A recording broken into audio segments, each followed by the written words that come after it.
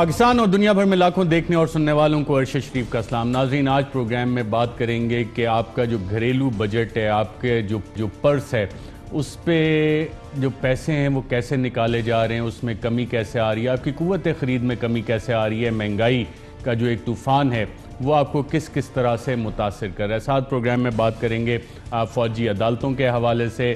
फ़ौजी अदालतों के हवाले से क्या पाकिस्तान मुस्लिम लीग नवाज़ हुकूमत को सपोर्ट करेगी। आज जब हमने मईशत पर नाज़रीन बात करने के हवाले से कोशिश की कि वफाकी वज़ीर ख़ज़ाना जनाब असद उमर साहब हमारे प्रोग्राम में आएँ और आके सवालात का जवाब दें, इस हवाले से जो फाइनेंस मिनिस्ट्री के डायरेक्टर जनरल मीडिया हैं उनको ईमेल भी की गई, हमारे कोऑर्डिनेटर की उनसे बात भी हुई। ना सिर्फ ये, पाकिस्तान तहरीक इंसाफ के मीडिया सेल में रिजवान साहब से भी तलह की बात हुई, लेकिन असद उमर साहब को मैसेजेस कन्वे कर दिए गए, लेकिन अपनी मसरूफियात की वजह से शायद वो प्रोग्राम में शिरकत ना कर सकें। हमारी ख्वाहिश थी कि वो प्रोग्राम में आते और सवालात का जवाब देते, लेकिन बहरहाल जो भी वफाकी वज़ीर ख़ज़ाना होता है उसके हम समझते हैं कि बहुत मेहनत करनी पड़ती है, मिडनाइट ऑयल बर्न करना पड़ता है, लेकिन अभी तक उसके नताइज जो हैं वो आवाम तक पहुंच नहीं रहे। और तेल वैसे भी निकल रहा है, उम्मीद है कि केकड़ा 1 से प्राइम मिनिस्टर साहब होपफुल हैं, लेकिन तब तक क्या सिर्फ आवाम ही का तेल निकाला जाएगा? गैस पेट्रोल की कीमतें भी महंगी होगी, इस पर भी बात करेंगे और आपके साथ हुआ क्या है ये भी बताएंगे। हमें ज्वाइन किया है कराची से साबिक वज़ीर ख़ज़ा डॉक्टर मिफ्ताह इस्माइल साहब ने, हमारे साथ प्रोग्राम में शामिल होंगे, उनकी भी राय लेंगे ये सारी चीज़ें जो हो रही हैं और किस वजह से हो रही हैं, क्योंकि हुकूमत कहती है सब इन्हीं का किया धरा है, तो क्या वाकई ऐसा है? लेकिन आज प्रोग्राम का आगाज़ नाज़रीन करते हैं कि महकमा शुमारियात उन्होंने जो मार्च के महीने में बताया है कि जनाब क्या हुआ पाकिस्तान की मईशत के साथ, आप लोगों के साथ क्या हुआ, उस पर एक झलक डालते हैं। मुल्क में महंगाई 5 साल की बुलंद तरीन सतह पर पहुंच गई। मार्च 2019 में महंगाई की शरह 9.4% तक पहुंच गई। जुलाई 2018 से मार्च 2019 तक महंगाई की शरह में 6.7% रिकॉर्ड इजाफा हुआ। महंगाई की शरह में फरवरी की निस्बत मार्च में 1.4% इजाफा हुआ। सालाना बुनियाद पर CNG की कीमत 25.3% बढ़ी। LPG सिलेंडर 13.4% और हाई स्पीड डीजल 13.1% से ज़्यादा महंगा हुआ। सालाना बुनियाद पर हरी मिर्च 151% और लाल मिर्च 27.6% महंगी हुई। दालों की कीमत 22.7% और गोश्त की कीमत 13.8% बढ़ी। तो ये सब चीज़ें महकमा शुमारियात बता रहे हैं। टमाटर की कीमतों में एक साल के दौरान 315% इजाफा रिकॉर्ड किया गया। टमाटर की कीमत में एक माह में 18.8%, केला 15% से ज़ायद महंगा हुआ। किताबों की कीमत 31.3% और ट्यूशन फीस में 27.7% इजाफा हुआ। सीमेंट की कीमतें एक साल के दौरान 13.9% बढ़ीं। माहाना बुनियाद पर प्याज 39.2% और कीनू 22.3% महंगे हुए। दाल मूंग की कीमत एक माह के दौरान 12.6%, लहसुन 11% महंगा हुआ। अप्रैल 2014 में महंगाई बढ़ने की शरह 9.1% थी। मटर गुज़िश्ता साल मार्च की निस्बत 54%, खीरा 45% महंगा हुआ। अंदरूने शहर बसों के किराए 47% महंगे हुए। चीनी 18% और गोश्त 13% महंगा हुआ। ये वो स्टैटिस्टिक्स हैं नाज़रीन जो आज पाकिस्तान ब्यूरो ऑफ स्टैटिस्टिक्स उन्होंने रिलीज़ की, और ये वो तमाम अशिया हैं जो आप रोज़मर्रा के इस्तेमाल में लाते हैं, और इसकी महंगाई सिर्फ मार्च के महीने की जो स्टैटिस्टिक्स आई हैं वो इतनी ज़्यादा इस हवाले से हुई हैं। ना सिर्फ ये, बल्कि स्टेट बैंक ऑफ पाकिस्तान ने भी पाकिस्तान की मईशत के लिए ख़तरे की घंटी बजा दी है। और स्टेट बैंक ऑफ पाकिस्तान की रिपोर्ट के अहम नुकात क्या हैं, आइए उस पर एक नज़र डालते हैं। स्टेट बैंक ऑफ पाकिस्तान ने पाकिस्तानी मईशत के लिए खतरे की घंटी बजा दी। स्टेट बैंक की रिपोर्ट के मुताबिक आइंदा आने वाले दिनों में अवाम की जिंदगी में बेहतरी आने की कोई उम्मीद नहीं। बड़े पैमाने पर अशिया साजी यानी लार्ज स्केल मैन्युफैक्चरिंग में नुमाया कमी देखने में आई है। जहां इस सेक्टर में 2018 में 6.6% शरह नमूद थी यानी कि ग्रोथ थी, वो 2019 की पहली छमाही में -1.5% है। स्टेट बैंक की रिपोर्ट के मुताबिक महंगाई में 17 तिमाहियों में तारीखी इजाफा होने जा रहा है। 2018 में एक्सपोर्ट्स यानी बरामदात में 10.9% इजाफा हुआ, जबकि 2019 की पहली छमाही में सिर्फ 1.9% इजाफा हुआ। माली साल 2019 की पहली छमाही में टैक्स महसूलात में तारीखी कमी देखने में आई। एफबीआर ने मतलूबा हदफ से 236 अरब रुपए कम टैक्स जमा किया। डॉलर की कदर में तारीखी इजाफे से मुल्की करेंसी की कदर में 30% कमी वाक़ हुई। माली साल 2019 की पहली छमाही में बराह रास्त बैरूनी सरमायाकारी यानी फॉरेन डायरेक्ट इन्वेस्टमेंट में भी कमी रही। यह 2018 में 1.63 अरब डॉलर से कम होकर 1.31 अरब डॉलर पर आ गई। स्टेट बैंक के ज़र मुबादला के ज़खायर 2018 की पहली छमाही में 14.1 अरब डॉलर थे, जो कि 2019 में कम होकर 7.1 अरब डॉलर रह गए। 2018 की निस्बत 2019 में माली खसारा 2.2% से बढ़कर 2.7% हो गया। ज़राअत के शोबे में भी नुमाया कमी रही और खरीफ की फसलें अपना हदफ हासिल करने में नाकाम रहीं। सबसे ज्यादा कपास की फसल मुतासिर हुई, जो कि अपने हदफ से 25% कम रही। दही इलाकों में ट्रैक्टर और मोटरसाइकिल की फरोख्त में बिल तरतीब 20.4% और 2.8% कमी देखने में आई। तरक्याती अखराजात में कमी की वजह से मुआशी सरगर्मी बुरी तरह मुतासिर हुई है।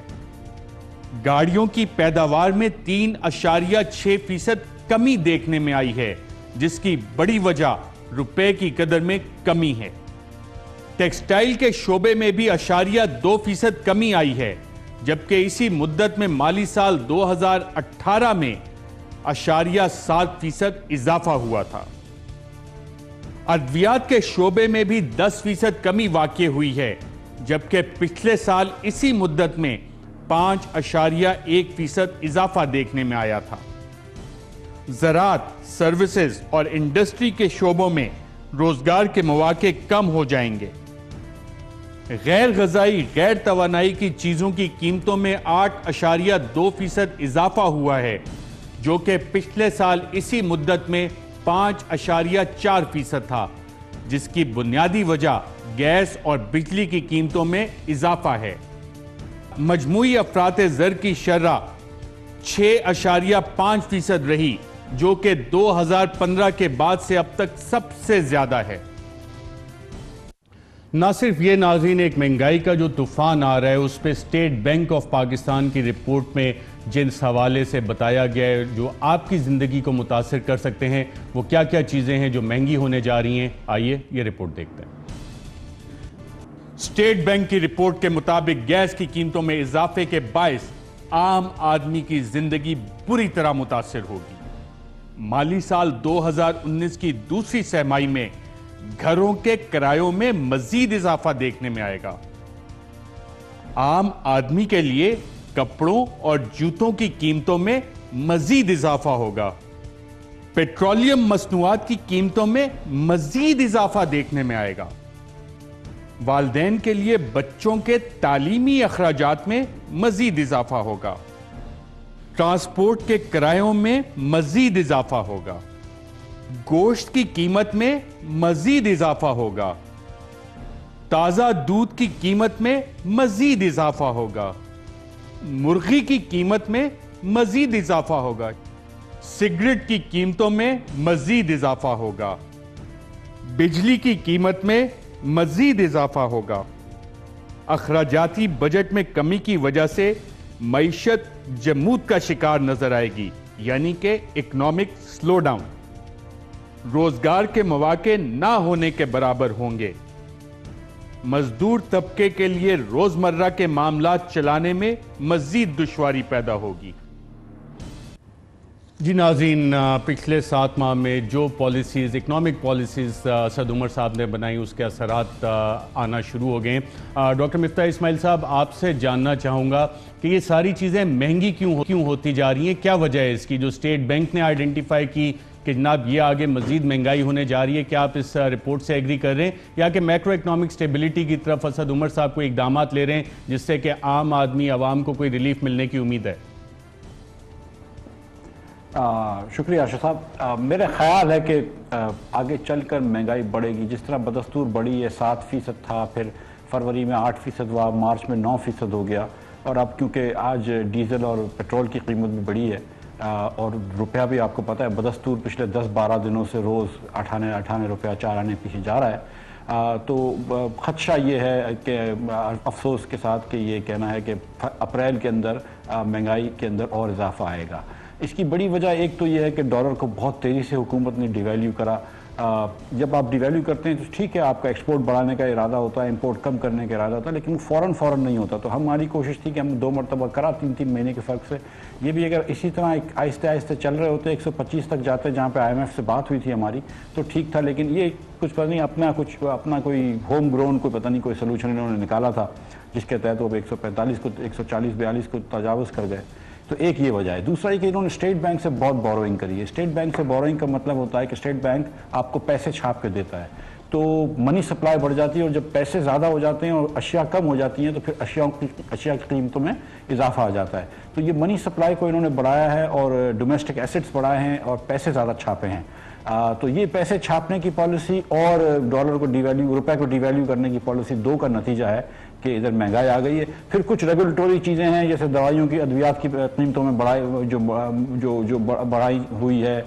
दूसरी चीज़ों में तो वो कुछ रेगुलेटरी पॉलिसीज होती हैं। फिर जो गैस की कीमतें इन्होंने बहुत ज़्यादा बढ़ा दी, बिजली की कीमत बढ़ा दी। डॉक्टर मिफ्ताह इस्माइल साहब, जो स्टेट बैंक ऑफ पाकिस्तान ने जिन खदशात की निशानदेही की है, जिन इशूज़ की निशानदेही की है, क्या वो खतरे की घंटी सही मामलात पे बजाई है स्टेट बैंक ऑफ पाकिस्तान ने? देखिए, जो मुझे खतरे की घंटी लगती है, सच्ची बात ये कि एक बड़ी जो, और मुझे उम्मीद है कि अल्लाह करे मैं इसमें चेंज आ जाए, कि हम 35% डिवैल्यूशन करने के बाद सिर्फ 1% एक्सपोर्ट बढ़ा है। तो आप सोचें कि अगर आप एक दुकान चला रहे हो और आप 35% अपना ट्रेड कम कर दें, या ARY अगर अपने इश्तिहार का रेट 35% कम कर दे और उसके बाद भी 1% यानी कि कोई फ़र्क ही ना पड़े आपकी डिमांड पे, तो फिर आप बोलेंगे यार ये पॉलिसी गलत थी। तो ये मुझे एक समझ में नहीं आ रहा कि इतनी डिवैल्यूशन के बाद एक्सपोर्ट इतना कम क्यों बढ़ा। उसकी वजह यह है कि गैस और बिजली की प्राइसेस इन्होंने इतनी तेज़ी से बढ़ा दी, और मैं अब आपको बड़े वसूख से कह सकता हूं कि गैस की प्राइस बढ़ाने की कोई ज़रूरत नहीं थी। वो कंपनियां कोई नुकसान नहीं कर रही थी। द लास्ट इनका जो 16-17 का साल था, अच्छा, पूरी कौम को ये बताया गया मिफ्ताह इस्माइल साहब कि आपकी हुकूमत ने पिछले 5 साल ये नहीं बढ़ाई, इसलिए वो कंपनी लॉसेस में थी, तो इसलिए इस हुकूमत को ये बढ़ानी पड़ी है। वज़ीर आज़म भी कह चुके हैं, वज़ीर ख़जाना भी यही आर्गूमेंट देते हैं। भाई वो कहते हैं ना कि गधे को जितनी मरतबा भी हार पहनाओ वो घोड़ा नहीं हो सकता। इसी तरह जितनी मरतबा भी आप झूठ बात कहें वो है नहीं। 2016 तो आपने क्यों नहीं बढ़ाई थी कीमतें, और क्या वाकई ये वजह है कि आपने नहीं बढ़ाई तो ये बढ़ाना जरूरी था? ये दोनों गैस कंपनी क्या वाकई इतने खसारे में थी? देखिए, हमने कीमतें बढ़ाई थी, हमने इंडस्ट्री की कीमत भी बढ़ाई थी, कमर्शियल रेट भी बढ़ाए थे। जो सबसे गरीब का जो होते हैं, जो तबका होता है कंज्यूमर्स का, जिसके 200 रुपये तक का जिसकी यूनिट थी, वो प्राइस नहीं बढ़ाई थी। और उसके बाद 1.5 साल पहले हमने एक्चुअली उसकी प्राइस कम कर दी थी IPPs की। उसकी वजह ये थी कि अगर वो प्राइस नहीं कम करते तो SSGC को, सुई सदन वाली को, इतना नफा हो जाता कि उनको एक्सेस प्रॉफिट हो जाता और उनको प्रॉफिट देना पड़ता ये GDS के अंदर, जो सूबों को एक देना पड़ते हैं पैसे, जिसका कोई मकसद नहीं था। अभी भी ये क्या कर रहे हैं कि कंपनी इतने प्रॉफिट में आ जाएंगी, कंपनी का कैश फ्लो इतना बढ़ जाएगा कि आप देखिएगा UFG बढ़ता रहेगा, कंपनी बिल्कुल फिक्र नहीं करेंगी, गाड़ियां आ जाएंगी, बहुत सारी चीज हो जाएगी और GDS के अकाउंट्स बढ़ जाएंगे। कोई जरूरत नहीं थी, मैं आपको बता रहा हूं, प्राइस बढ़ाने की। और अब भी ईमान से अगर आप शायद अब्बासी साहब को बिठा लें 2 घंटे के लिए, या मुझे 4 घंटे लगेंगे, हम आपको अभी भी हिसाब करके बता देंगे कि ये पैसे बनाने की जरूरत नहीं थी, सीरियसली जरूरत नहीं थी। ये 1-2 लोग हैं अभी भी मिनिस्ट्री के अंदर जिनको, हसन को और दूसरे लोगों को ये काम आता है। ये तो बिल्कुल मेरे ख्याल से सरवर साहब ने, गुलाम सरवर साहब ने, मैं माजरत के साथ बड़े मौजूद हैं हमारे लिए, लेकिन वो उन्होंने गलती कर दी है। मतलब ये आपको मैं बताऊं कि इस वक्त जो मैंने कुछ दिनों पहले पूछा था, तो इनकी एवरेज कॉस्ट ऑफ गैस जो थी वो 400 कुछ रुपए थी पर MMBTU। यानी कि 400 रुपए की कीमत खरीद थी, आप इंडस्ट्री को 780 की बेच रहे हैं, साइंस महंगे तरीन सार्फिन के लिए आप 1400-1200 रुपए की बेच रहे हैं, तो जाती है। अगर जो 140% बढ़ाई गई है गैस की कीमतें, वो आपके ख्याल में सही नहीं थी? बिल्कुल सही नहीं थी, बिल्कुल नहीं। मतलब ये कि थोड़ा बहुत एडजस्टमेंट कर सकते थे, मतलब इसमें कोई हर्ज नहीं है। 10-20% जो वो कह रहे थे कि हमने सार्फिन की 10% बढ़ाई, वो चलो एक्सेप्टेबल था। उसके बाद क्योंकि अगर आपने 10-15% डॉलर डिवैल्यू करा तो उनकी कॉस्ट ऑफ गैस बढ़ गई, वो एडजस्टमेंट कर लेते। लेकिन ये जो 140% बढ़ाई और अब जो फिर और बढ़ाने की बात कर रहे हैं, इसी की वजह से तो एक्सपोर्ट नहीं बढ़ा, क्योंकि आपने जहां पर डिवैल्यू करा वहां पर इतनी कॉस्टें बढ़ा दी कि एक्सपोर्ट नहीं बढ़ पाया। उसके बाद आपने जो है इंपोर्ट की कॉस्ट इतनी बढ़ा दी कि उनकी फैक्ट्री इनपुट कॉस्ट बढ़ गया। तो इसीलिए देखें ना, लार्ज स्केल मैन्युफैक्चरिंग पिछले साल 6.5% से बढ़ी थी, जो कि 10 साल में ज्यादा थी। ये मईशत जो थी पिछले साल 5.8% से बढ़ी थी। और ये सिर्फ मैं नहीं कह रहा हूं, ये मतलब सारे तस्दीकशुदा स्टैटिस्टिक्स हैं। IMF जब जनवरी फरवरी मार्च स्टैटिस्टिक्स हैं। डॉक्टर मिफ्ता इस्माइल साहब, इस हवाले से हमारे रिपोर्टर उमरान ने मुख्तलिफ माहिर माशियात से बात की, इकोनॉमिस्ट से बात की और स्टेट बैंक की रिपोर्ट के हवाले से पूछा कि जनाब ये रिपोर्ट क्या कह रही है और आपकी ज़िंदगी पर नाज़रीन इसका असर किस तरह से होगा, कितनी नौकरियां क्रिएट होंगी, क्या होगा, आइए देखते हैं। स्टेट बैंक ऑफ पाकिस्तान की जारी करदा 2019 की पहली शशमाही रिपोर्ट के मुताबिक महंगाई में खतरनाक हद तक इजाफा हो रहा है। माहिर माशियात के मुताबिक स्टेट बैंक ऑफ पाकिस्तान की रिपोर्ट में दादोशुमार मईशत की खराबी की दुरुस्त अक्कासी कर रहे हैं और मईशत दानों की राय के मुताबिक मुस्तकबिल करीब में मईशत मजीद खराब होती दिखाई दे रही है और आवाम के लिए जल्द रिलीफ का इम्कान दिखाई नहीं दे रहा। इस वक्त जब हम स्टेट बैंक की रिपोर्ट को देखते हैं तो यकीनी तौर पर आप कह सकते हैं कि ये जो ड्यूरिंग सर्जरी जो एक तकलीफ़ होती है, ये उन चीज़ों की अलामत है। पाकिस्तान की जो मईशत है वो कुछ क्रॉनिक मसाइल का शिकार रही है और ये मसाइल तकरीबन हर हुकूमत को दरपेश थे, खा वो नून की हो या पीपल्स पार्टी की हो या इवन शौकत अजीज़ की हो और PTI को भी। तो हमने देखा कि पाकिस्तान में सर्कुलर डेट जो है एनर्जी का वो बढ़ता चला जा रहा है, उसको किसी भी हुकूमत ने उस तरीके से फिक्स नहीं किया। अब जो आप स्टेट बैंक की रिपोर्ट का जिक्र कर रहे हैं उसमें 3 बड़ी बातें की गई हैं। उसमें पहली बात ये कही गई है कि महंगाई बहुत आ चुकी है हमारी मईशत के अंदर और न सिर्फ आ चुकी है बल्कि फ्यूचर के अंदर भी मुस्तकबिल में महंगाई का तूफान और तेज़ी से बढ़ जाएगा। दूसरी बात उन्होंने ये कही कि मईशत सुकड़ रही है, यानी कि GDP ग्रोथ का जो रेट है वो नीचे जा रहा है, स्पेशली जिसको कहा जाता है लार्ज स्केल मैन्युफैक्चरिंग, यानी कि बड़ी बड़ी सनतें जो हैं वो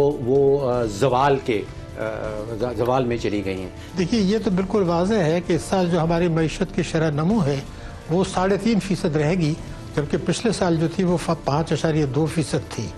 पिछले साल महंगाई जो थी वो 3.9% थी, अब ये 7.5% तकरीबन रहेगी।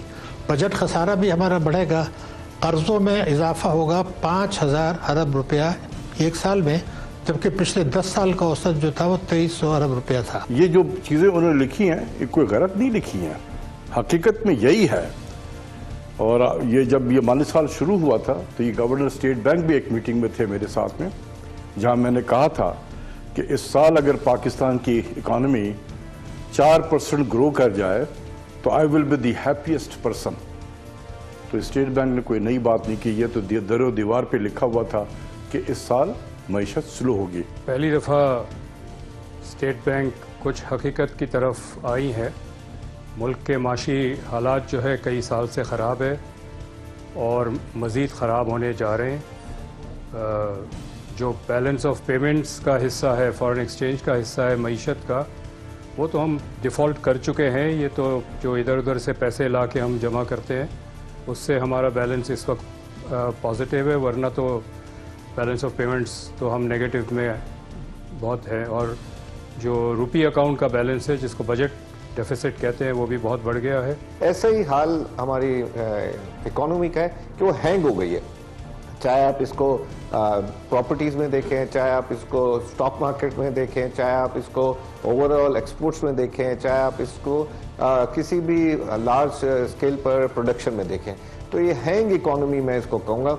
जो टर्न अराउंड होने को तो दूर की बात है, अभी तो ये हैंगिंग से अपनी निकले और रफ्तार को तेज करे वो मुश्किल लग रहा है अभी इस साल के अगले साल भी। हुक्मरान जमात पाकिस्तान तहरीक इंसाफ ने 1 करोड़ नौकरियां देने का वादा किया था, मगर मौजूदा माशी सूरत हाल में मईशतदानों के मुताबिक बेरोजगारी में इजाफा होने जा रहा है। पिछले 6 महीने में तो बेरोज़गारी में इजाफा हुआ है, मीडिया में बहुत ज़्यादा हुआ है, और मुझे कहीं हुकूमत की पॉलिसी के हवाले से कहीं नज़र नहीं आता रोज़गार के मौके पैदा होने में, अब तक तो नहीं आता। नौकरियां जो है नौकरियां पब्लिक प्राइवेट पार्टनरशिप से आएंगी। अगर हुकूमत नौकरियां देने की कोशिश करेगी तो फिर आप बाकी अपने हर अदारे को PIA और पाकिस्तान स्टील मिल बना देंगे। सरकारी नौकरियां जो हैं वो नहीं है। हुकूमत का काम ये होगा कि वो इस तरह के हालात को फ़रोग दे कि प्राइवेट सेक्टर जो है वो इन्वेस्टमेंट कर सके, वो अपना बिजनेस कर सके और उसमें नौकरियां जो हैं वो पैदा हो रही हों। बेरोज़गारी बढ़ेगी। देखें, ये बात जो मैं आज आपके प्रोग्राम में कह रहा हूँ, ये प्राइम मिनिस्टर को भी मैंने कहा है अपनी इकोनॉमिक एडवाइजरी काउंसिल की मीटिंग में कि तकरीबन 1.5 मिलियन लोग, यंग लोग जॉब मार्केट में हर साल आते हैं नौकरी की तलाश में। इन सबों को अगर आपने एब्जॉर्ब करना है, नौकरी देना है, तो हमारी इकोनॉमी जो है it should grow by 7 to 8% पर annum। अगर ये 3.5 और 4% से ग्रो करेगा तो बाय डेफिनेशन सबों को नौकरी नहीं मिलेगी। अभी जो कह रहे थे कि हम हाउसिंग सेक्टर से जॉब क्रिएशन करेंगे, अभी उसके लिए जो कि हमें इंडिकेटर नज़र आ रहे हैं, हमें हाउसिंग सेक्टर में कोई बहुत बड़ी इन्वेस्टमेंट नज़र नहीं आ रही इस वक्त, या हमें नज़र नहीं आ रहा कोई बहुत बड़ा इन्वेस्टर बाहर से आ रहा है या पाकिस्तान से कोई इंटरेस्टेड है कि उसमें इन्वेस्ट करें। जब तक वो नहीं होगी तब तक हम कुछ नहीं कह सकते। बेरोजगारी में बहुत इजाफा होगा, बहुत मुश्किल है। वादे तो इलेक्शन में सब कर लेते हैं और बड़ा आसान है वादा करना।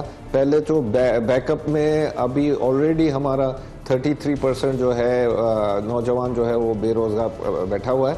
रोज़ हमारे पास कोई 500 या 700 CVs आती हैं कि कहीं पर कोई जॉब मिल जाए।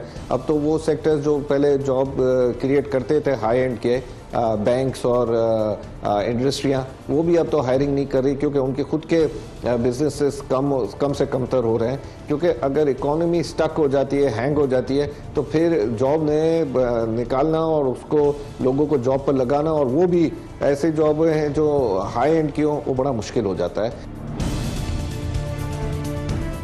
माहिर माशियात के मुताबिक डॉलर की कदर में इजाफे से न सिर्फ पाकिस्तान पर कर्जों का बोझ मजीद बढ़ता जा रहा है, बल्कि बैरूनी सरमायाकारी भी मुतासर हो रही है। यकीनी तौर पे कर्जों की अदायगी जो है, जब आपने डॉलर्स में कर्जे लिए हैं, आपको डॉलर्स में वापस करने हैं, तो जितने % उसकी कदर में इजाफा होता है उतने % आपके कर्जों में इजाफा होता है। तो इसमें तो कोई दो राय नहीं है। इस वक्त मुल्क के ऊपर तकरीबन 105 अरब डॉलर का कर्जा है, और 1 रुपया जब गिरता है डॉलर के सामने तो आप समझिए कि 105 अरब रुपए का इजाफी कर्जा आ जाता है। और यहाँ पे अगर हम बात कर रहे हैं 15-20 रुपया गिरने की, तो आप 15-20 रुपए को 100 अरब से अगर ज़रब दे दें तो ये मामला खरबों में चला जाता है। तो हर 1 रुपए की गिरावट के पीछे हमारे ऊपर 105 अरब रुपए का कर्जा बढ़ जाता है। अगर इस वक्त हमारा कर्जा आप रख लें कि तकरीबन 100 बिलियन के करीब है, या पब्लिक डेट को अगर आप स्ट्रिक्ट सेंस में मेजर करें तो तकरीबन 75-80 बिलियन के करीब डॉलर होगा, ठीक है ना। तो 1 रुपया आप डिवैल्यू करेंगे तो 75 से 80 बिलियन रुपया कर्ज बढ़ जाएगा। अगर आपने 10 कर दिए हैं, 10 रुपया नीचे ले गए हैं, तो 750 से 800 अरब का कर्जा चढ़ गया है। बिल्कुल, जब कर्जा चढ़ेगा तो जो रेट है, गिवन द रेट, उसका इंटरेस्ट पेमेंट भी बढ़ेगा। 1 बिलियन डॉलर का तो फर्क हो गया है ऑलरेडी। कर्जे और बढ़ जाते हैं जब आपकी करेंसी वीक हो जाती है और जो स्ट्रॉन्ग करेंसी है वो स्ट्रॉन्गर हो जाती है, वो ज़्यादा स्ट्रॉन्ग हो जाती है। तो इसमें फॉरेन डायरेक्ट इन्वेस्टमेंट और इनडायरेक्ट इन्वेस्टमेंट भी रुक जाती है, क्योंकि जो लोग यहाँ पर इन्वेस्टमेंट करना चाह रहे हैं, चाहे कैपिटल मार्केट में हो चाहे डायरेक्ट कोई इंडस्ट्री में हो, तो उनको पता होता है कि भाई ये एक वीक करेंसी के अंदर कन्वर्ट करके अपना स्ट्रॉन्ग करेंसी को बेचकर वीक करेंसी लेकर इन्वेस्ट करना चाह रहे हैं। जब वो नफ़ा लेकर जाना चाहते हैं कि अगर कैपिटल मार्केट उनको 24% सालाना रिटर्न दे रही है, तो जब वो नफ़ा लेकर जाना चाह रहे होते तो उसमें उनको पता चलता है कि उनकी अब करेंसी जो है वो जिस करेंसी में लेना चाहते हैं वो स्ट्रॉन्गर हो गई, और जिस करेंसी को बेचकर वापस अपने मुल्क में वो अपनी करेंसी में लेकर जाना चाहते हैं वो स्ट्रॉन्ग हो गए, तो उनका तमाम नफ़ा धुल जाता है। तो ये जो है डॉलर की कर्जों के ऊपर ही नहीं एक बोझ बढ़ता है, बल्कि बाहर से आने वाला इन्वेस्टर को भी परेशानियां देता है, और वो फिर उस तरफ देखता है जहां पर दोनों करेंसियां लोकल और स्ट्रॉन्ग करेंसी वो एक स्टेबल कंडीशन में हो, एक पोजीशन पर हो। डॉक्टर फरज सलीम के मुताबिक अवाम को अभी 500 अरब का आधा टीका लगा है, अभी आधा टीका लगना बाकी है। तकरीबन आधा टीका महंगाई का जो 500 अरब रुपए का टीका था वो ऑलरेडी आवाम को लग चुका है। जो आपने देखा कि तकरीबन 140% तक गैस की कीमतों में इजाफ़ा हुआ, 40% तक बिजली की कीमतों में इजाफ़ा हुआ, अद्वियात की कीमतें 15% बढ़ गईं, लेकिन आधा टीका अभी लगना बाकी है। इधर बजट से पहले या बजट के फ़ौरन बाद एक 400 या 500 अरब रुपए का मज़ीद महंगाई का टीका आवाम को लगेगा। और 500 अरब रुपए का मतलब ये हो जाता है कि अगर 3 करोड़ ख़ानदान पाकिस्तान में रह रहे हैं तो तकरीबन 17,000 रुपए का इजाफी टीका अभी लगना बाकी है। तो वो जो कहा गया था या फिर उसके बाद उसका इनकार किया गया था कि आवाम की चीखें निकल आएंगी, तो आवाम की चीखें निकलना अभी बाकी है। स्टेट बैंक ऑफ पाकिस्तान की जारी करदा 2019 की पहली शिशमाही रिपोर्ट ने आवाम के लिए खतरे की घंटी बजा दी है। रिपोर्ट में मजीद महंगाई होने का अंदिया दिया गया है। मारी माशियात के मुताबिक मुस्तकबिल करीब में आवाम को कोई रिलीफ मिलता दिखाई नहीं दे रहा। तहरीक इंसाफ जो 1 करोड़ नौकरियों, गैस, बिजली, पेट्रोलियम मसनूआत की निर्हों में कमी के वादे के साथ हुकूमत में आई थी, उसके अमली इकदाम उसके बरक्स दिखाई दे रहे हैं। जैसे शायर मशरक़ अल्लामा इकबाल ने कहा था, गुफ्तार का ये गाजी तो बना, गुफ्तार का ये गाजी तो बना, किरदार का गाजी बन न सका। कैमरामैन अवैस समित के साथ प्रोग्राम पावर प्ले के लिए उमर फैजान, ARY न्यूज़, इस्लामाबाद। बड़ा उपदेशक है, मन बातों में मोल लेता है, गुफ्तार का ये गाजी तो बना, किरदार का गाजी बन ना सका। नाज़रीन, यहाँ पे एक वक्फा लेंगे और वक्फे के बाद जब दोबारा आपके पास आएंगे तो IMF के पास जाने से हुकूमत ने और ख़ास तौर पर वज़ीर आज़म और असद उमर साहब ने जो अब पॉलिसी ली है, इस हवाले से Mahathir Mohamad Malaysian prime minister, उनके क्या ख्यालात थे और क्या वो पॉलिसी सही थी या कितना ज़रूरी है? चीन से हमारे पास पैसे आए, सऊदी अरब से आए, UAE से आए, डेफर्ड ऑयल पेमेंट और $12 अरब और अब फिर दोबारा $12 अरब और शराइत क्या है, उससे आप किस तरह से मुतासिर होंगे? एक वक्फे के बाद वेलकम बैक नाज़रीन। हुकूमत के 100 दिन मुकम्मल हुए तो वज़ीर ख़जाना असद उमर ने बताया कि उन्हें किस तरह की पिच मिली थी खेलने के लिए और अपनी सारी जो भी पॉलिसीज़ हैं उसमें जो बेहतरी लाने की कोशिश कर रहे हैं उसमें मुश्किलात क्या हैं, किस हवाले से जिक्र किया, आइए देखते हैं। हमें मिला क्या है तो उसको आप समझ लें ऐसे कि कप्तान ने टॉस जीता है एंड डिसाइडेड टू बैट, और बैटिंग करने के लिए, ओपनिंग करने के लिए मुझे भेज दिया है। विकेट ग्रीन टॉप है, ऊपर बादल आए हुए हैं, यानी गेंद स्विंग भी हो रहा है और सीम भी हो रहा है। जी मिफ्ता इस्माइल साहब, स्विंगिंग सीमिंग बॉल और पिच ग्रासी विकेट है, बादल भी आए हुए हैं, ये बादल छटेंगे या नहीं छटेंगे? और असद उमर साहब, आपके ख्याल में कितना स्कोर कर चुके हैं अब तक? भाई अगर सामने वेवरेजेट जैसा बैट्समैन हो तो वो रन कर ही लेता है, अगर जावेद मियादाद खड़े हो तो रन कर ही लेता है। अक्सर ये होता है कि वो जो उर्दू में एक मुहावरा है ना कि नाश ना जाने आंगन टेढ़ा।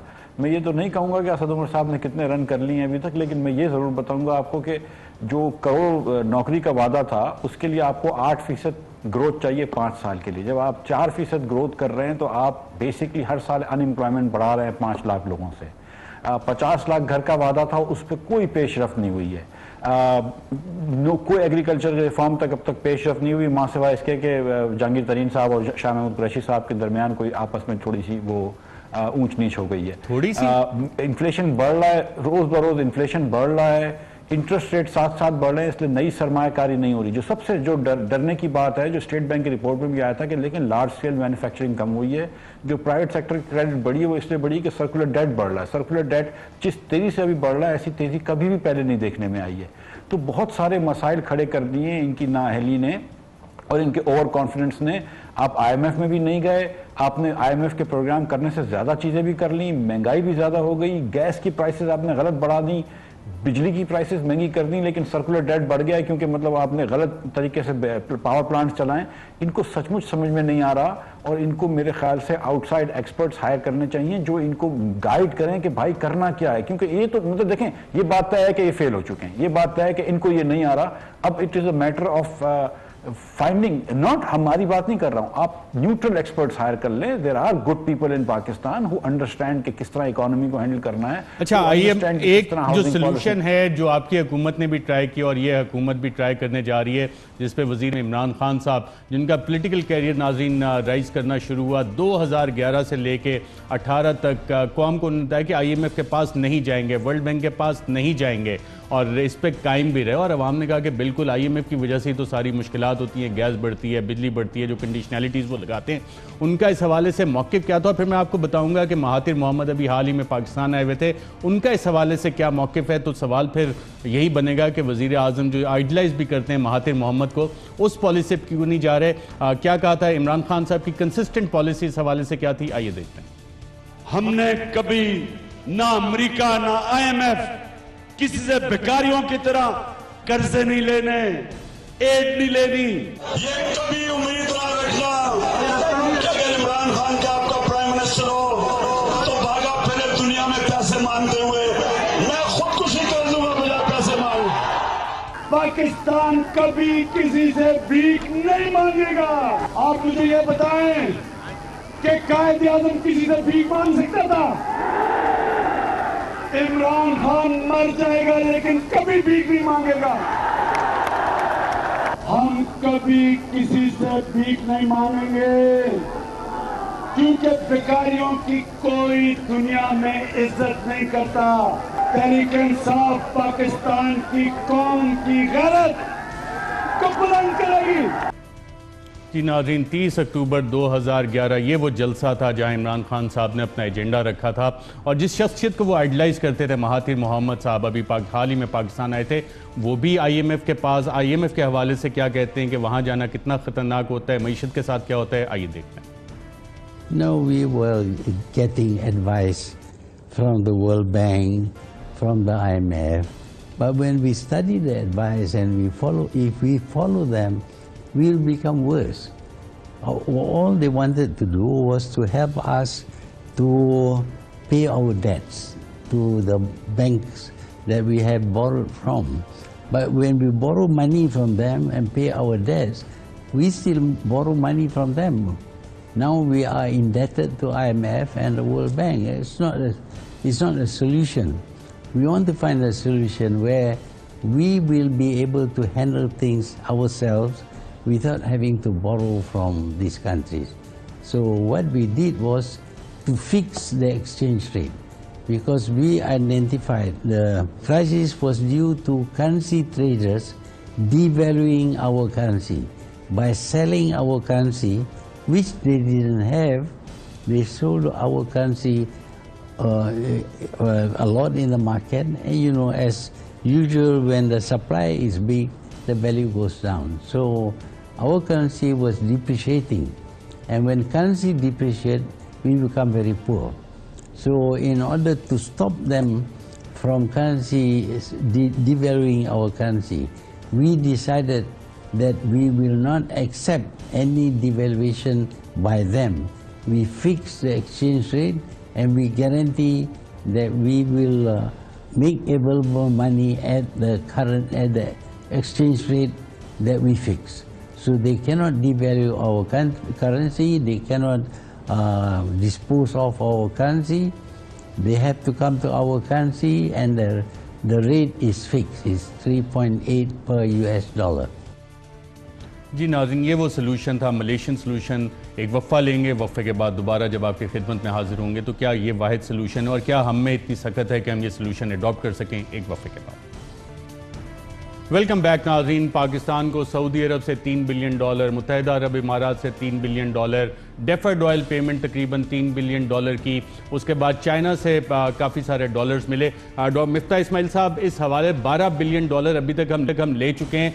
क्या वजह है कि हुकूमत फिर भी बज़िद है कि नहीं जी IMF के पास हमने जाना ही जाना है, और महातिर मोहम्मद का मशवरा फॉलो करने में क्या कबात है? असद उमर साहब क्यों नहीं फॉलो करेंगे महातिर मोहम्मद का मशवरा? देखिए, जो खान साहब ने शुरू में बातें करी हैं, हम भी कभी कभी, मैं भी आज मैंने ट्वीट किया है, खान साहब के पुराना ट्वीट निकाल दिया था जिसमें उन्होंने पेट्रोल की प्राइस पे बहुत हमको बातें करी थी। लेकिन अब मैं सोचता हूँ कि वो इतनी यू टर्न ले चुके हैं और इतनी किसी की बात कर चुके हैं कि उनकी पुरानी टेपें दिखाना बेकार है। वो जो भी मर्जी बोल देते थे। अब इनको ये फैसला कर लेना था लास्ट ईयर कि भाई IMF के पास जा रहे हो या नहीं जा रहे हो। उस वक्त इन्होंने डिसाइड किया कि IMF के पास नहीं जा रहे हो। अब 1 साल करा, ये जो आपने बताया ये पैसे सारे ज़ाया हो गए, एक पैसे से इसका हमारा रिजर्व नहीं बढ़ा। अब लेकिन उन्होंने फैसला कर लिया IMF के पास जाने का, लिहाजा आजकल रोज़ जो है वो रुपया थोड़ा थोड़ा ऊपर जा रहा है। आजकल इन्फ्लेशन भी बढ़ रहा है, इंटरेस्ट रेट भी कल इन्होंने बढ़ाया। मेरे ख्याल से हुकूमत अब तो ये फैसला कर चुकी है कि IMF के पास जाएगी। और जो मुझे जो मेरे ख्याल से जो बुरा, जिस पर अफसोस हुआ है कि 1 साल तक तशनगी में हमको रखा है इन्होंने कि जाएंगे नहीं जाएंगे, जाएंगे नहीं जाएंगे। इससे बेहतर था कि पहले फैसला कर लेते, या चले जाते या नहीं जाते। अब यह है कि जा भी रहे हैं, 100 जूते भी खाए, 100 प्याज भी खाए। मतलब ये कि अब हम इंटरेस्ट भी बढ़ा दिया, ये भी कर दिया, वो भी कर दिया, ये पैसे भी ज़ाया हो गए, अब IMF के पास भी जा रहे हैं। तो ना सिर्फ आपको सऊदी अरब के सामने हाथ फैलाना पड़ा, चीन से $2 बिलियन लिए, UAE से पैसे लिए, वो सब ज़ाया भी हो गए, अब आप IMF के पास भी जाएंगे। डॉक्टर मिफ्ता इस्माइल साहब का नाश न जाने आंगन टेढ़ा। नाजरीन, अभी तक के जो हालात हैं हमने आपके सामने वो फिगर्स रखे जो हुकूमती फिगर्स हैं।